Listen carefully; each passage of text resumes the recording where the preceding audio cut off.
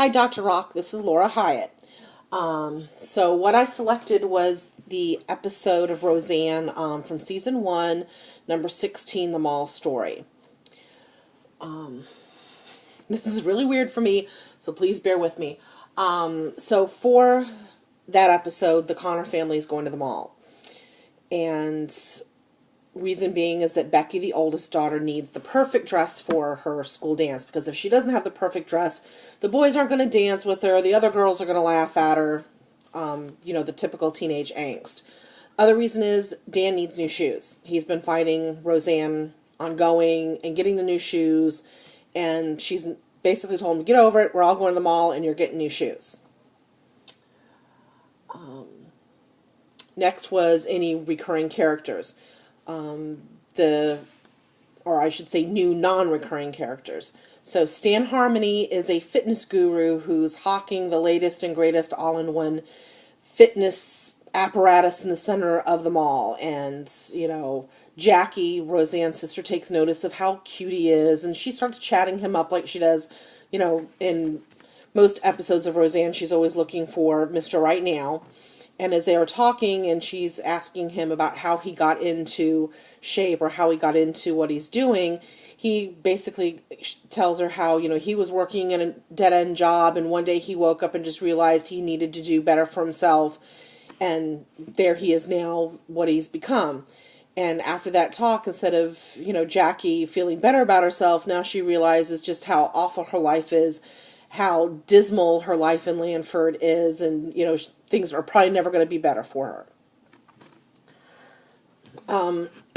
What drew me to this episode, or even the Roseanne show, it's my life. My husband and I mean, we live paycheck to paycheck sometimes. There's things in our life that we give our kids or want for our children that don't allow us to drive fancy cars or live in a big expensive house or go on fancy vacations. I've spent this weekend, I don't know if you can see it, selling Girl Scout cookies. I'm a cookie mom. That's what I do. I gave up my entire weekend for my daughters to sell Girl Scout cookies. I relate to Roseanne how much she loves her children and the things that she will do for her family to make sure that they have the things in their life, not that they want, but that they need, that they always have a roof over their head, they always have food on the table, there's, electricity. It may be paying Peter to pay Paul, but, that's their life, and, she does her best with it. Another thing I liked about Roseanne's show was the opening credits of her show, showing, the typical, maybe Friday night in their house.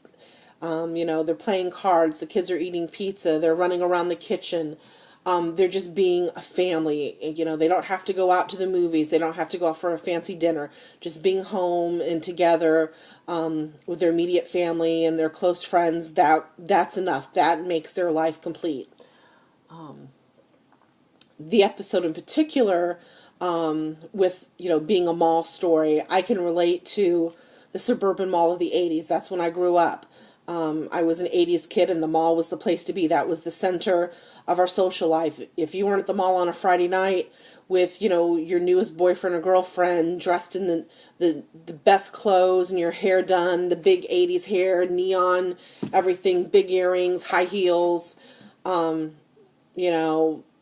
dating the coolest guy with the coolest car and being seen, that's, kind of what my teenage years were. So I can certainly relate to that scene of the mall.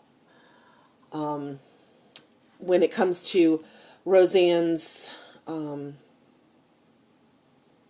relationship with Becky over the dress, that whole interaction, wanting her daughter to have the dress, but, having that budget. And of course, Becky finds a dress that's over the budget, and, Roseanne would do anything to be able to get it for her, but realizes, we can't spend $80 on a dress. I mean, now $80 probably is nothing to us, but when that show was set, obviously $80 was a lot of money. I have that conversation with my daughters all the time.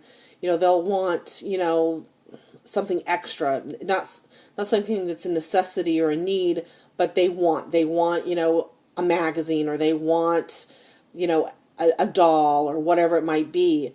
And, having that say, you know what, we don't have the money for it because we have X bill, or, I've got your tuition payment at your school due, or, you're playing volleyball, and, if you want to play volleyball, then you can't, be in cheerleading. I can't afford both things. So I have those conversations a lot of times, not only, with my daughters, but sometimes with my husband. He'll want to, he wants the newest iPhone, or latest boy toy, and it's the same thing. We've got this bill or that bill, and we don't have the money. We have the things we certainly need. There's a roof over our head and electricity and food on the table, but, we can't always just have those extra things.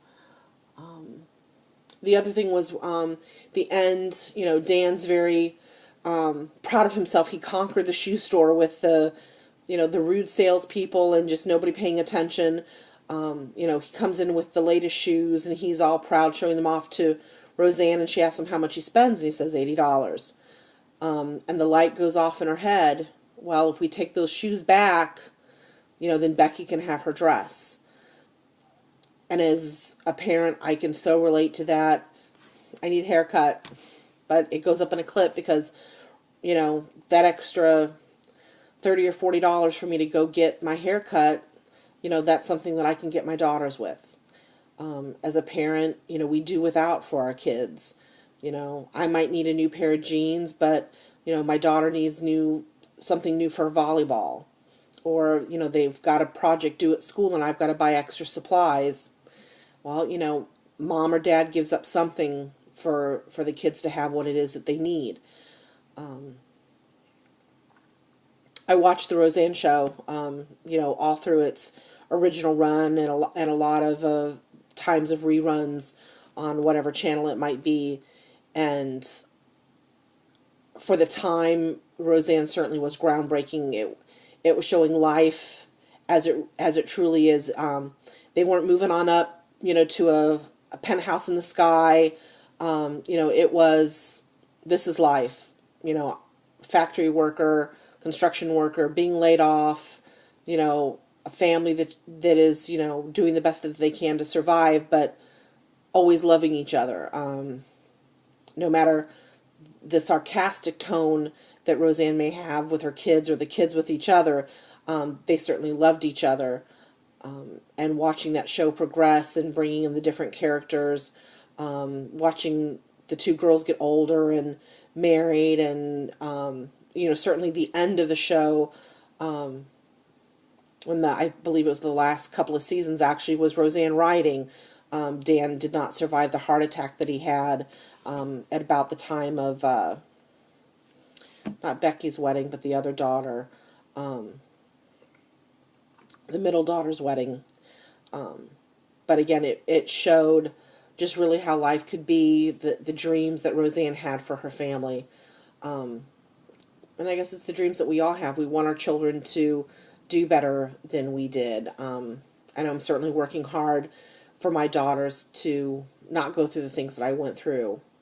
Hopefully, they'll get their good education when they're young, not be going back to school when they're in their 40s, and take time to live life and explore the world. I love my older children, but I had no business being a parent as young as I did. I didn't know how to be a parent.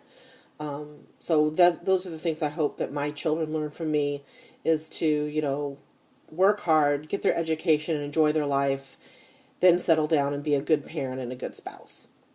I certainly want to thank you, Dr. Rock, for your class. It's really been probably one of the most enjoyable I've had so far. Nice to revisit my past through watching the episodes of the older shows. And again, thank you.